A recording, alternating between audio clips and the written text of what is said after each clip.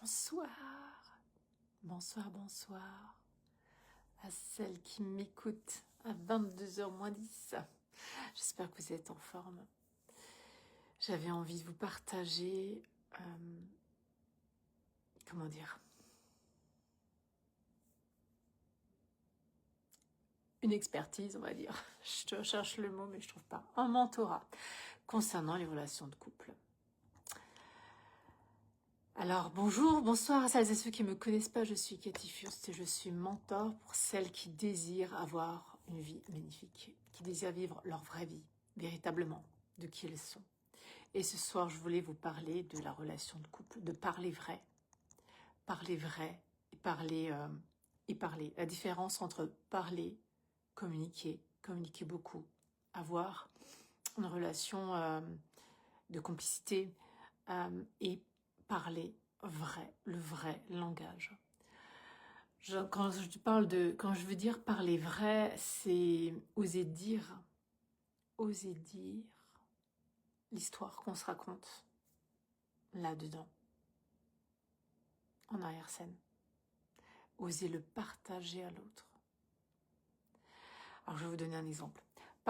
Parler, communiquer, ok, il y en a plein qui parlent beaucoup pour ne rien dire, parler, mais est-ce qu'on parle des choses, est-ce qu'on dit tout, ou parfois tu te tais, je vais dire ça comme ça, tu te tais parce que tu sais que ça va pas lui plaire, donc tu ne dis rien, tu te tais pour éviter le conflit.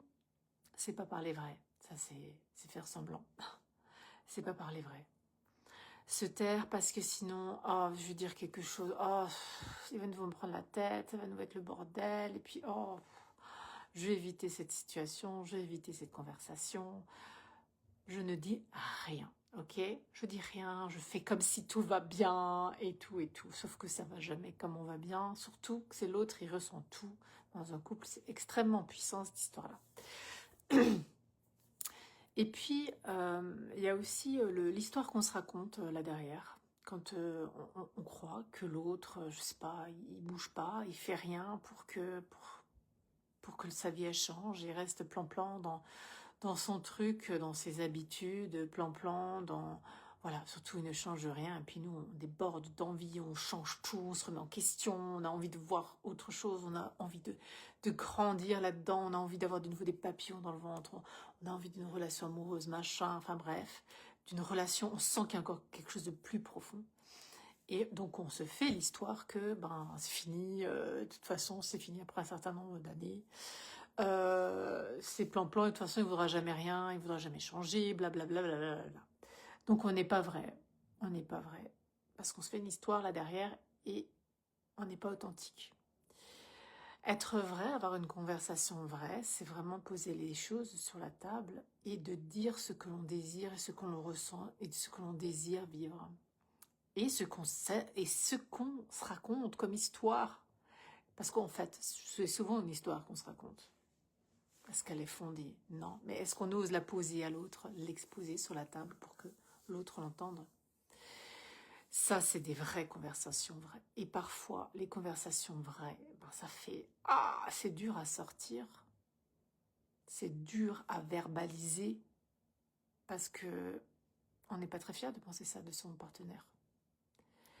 On a peur de le dire parce que oui, ça peut aller à l'engueulade. Et alors? Ben oui, on veut tout le temps éviter les conflits. À force d'éviter les conflits avec tout le monde, on évite les conflits avec les enfants, avec le mari, avec le boulot et tout. Mais à un moment donné, ça compresse là-dedans. Donc avoir des conversations vraies, authentiques, c'est hyper grandissant. Et parfois, il n'y a pas de solution. C'est ça aussi, il n'y a pas de solution. Il n'y a pas de problème, il n'y a pas de solution, il n'y a pas d'issue à ce qui a été dit. Il n'y a pas d'issue, mais tout a été dit. Et ça, c'est déjà énorme. Tout a été dit, chacun l'entend à sa manière, et réagit à sa manière, mais tout a été dit et tout a été posé. Et à l'issue de ça, il y a toujours quelque chose qui se passe, de grandissant après. La vie, elle montre les solutions, les choses s'arrangent. Certains ont besoin d'un peu de temps pour comprendre, pour assimiler, voilà. Mais il y a toujours du bon qui sort d'une relation vraie. La relation vraie, elle fait grandir. La conversation vraie, du vrai de vrai, de l'authentique, du pur, Et c'est souvent celle qui est plus difficile. Mais elle est essentielle de l'avoir dans votre vie, avec vos enfants, avec votre conjoint, avec vos collègues, en fait, partout. Et souvent, on les a pas parce qu'on a trop peur de ne pas plaire, de ne pas convenir, de ne pas être aimé, d'être rejeté, d'être abandonné. Voilà. Et puis après, on commence à se faire toute une montagne là-dedans. Donc voilà, j'espère que ce petit live, ce mentorat vous aura éclairé sur la relation de couple, sur la relation en général. Mais la relation vraie, il n'y a rien de mieux. C'est celle qui fait le plus peur. Mais dire les choses d'une manière douce, vraie, véritable, de ce qu'on ressent, de ce qu'on se raconte, c'est énorme. C'est grandissant. Faut tout déballer. Dites tout. Dites tout. Il n'y a plus de secrets. C'est ça les secrets qu'on se raconte, les histoires qu'on se raconte, nos envies cachées. C'est ça. Tout est basé là-dessus. Peut-être qu'en fin de compte, vous savez, peut-être qu'en fin de compte, l'autre personne a envie de la même chose que vous. Et peut-être que c'est vrai, et ne sait pas comment faire. Et c'est un vrai soulagement que vous ayez le courage d'avoir cette conversation vraie. C'est magnifique. Je vous embrasse. Je vous souhaite une belle et douce nuit.